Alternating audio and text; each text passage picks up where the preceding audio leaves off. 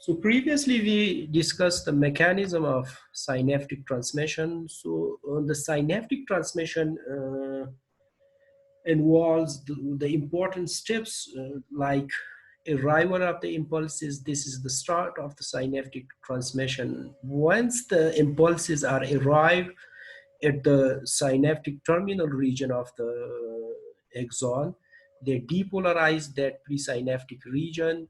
After depolarization, there is an influx of calcium ion from extracellular fluid into the presynaptic region.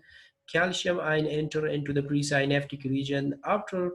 Once calcium ion enter in the presynaptic region, there is release of the neurotransmission after the fusion of the synaptic vesicle to the presynaptic membrane. Then there is a passage of neurotransmitter through synaptic cleft. The then binding of neurotransmitter to the receptors which are found in the postsynaptic region, then change in the electrical activity of the postsynaptic region. The last step is there is a change in the electric activity of the postsynaptic region, and there are two types of event. Either it is excitatory postsynaptic potential will be developed, or inhibitory postsynaptic potential will be developed. So these are the steps in the synaptic transmission. So the first step, the action potential arrive at the presynaptic knob. Once action potential is reached at this portion, what happened in the second step? Voltage gated calcium ion channels, they open.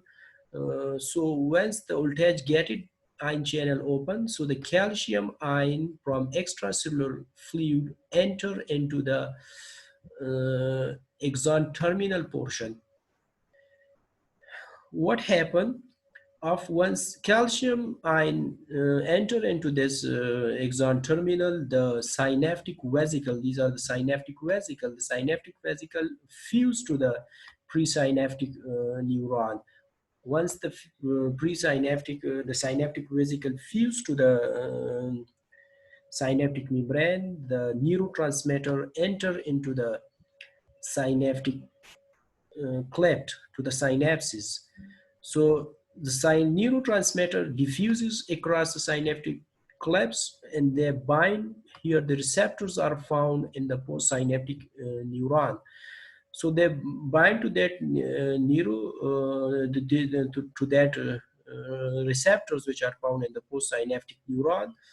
After that, the binding of the neurotransmitter, there are two types of events. Either they open the channels or the channels remain closed.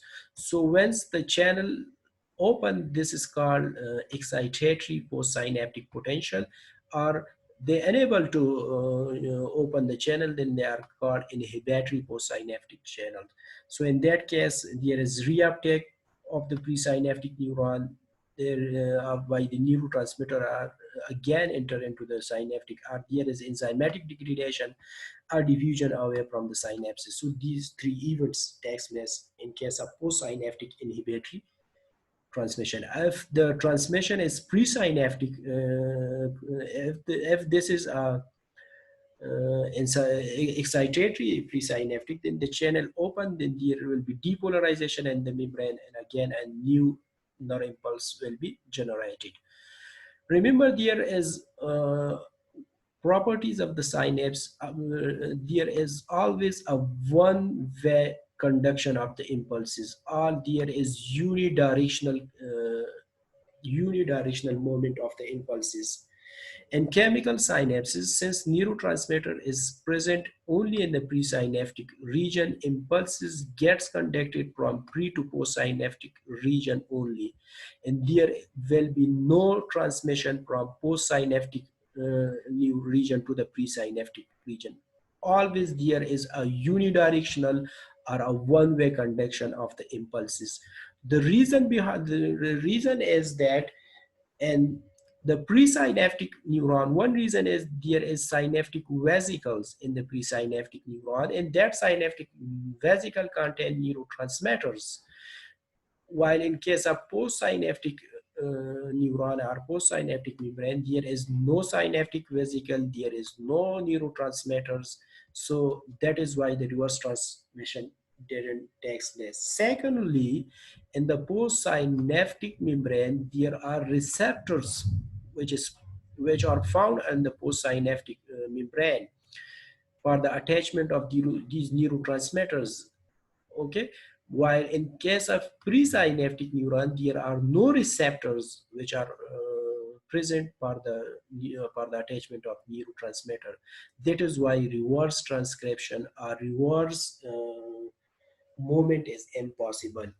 The moment of the impulse is always from takes place from one directional. There is a unidirectional movement of the impulses from presynaptic to prosynaptic. And the reason is there is neurotransmitter or synaptic vesicle is found only in the presynaptic region, and the receptors are only found in the postsynaptic neuron.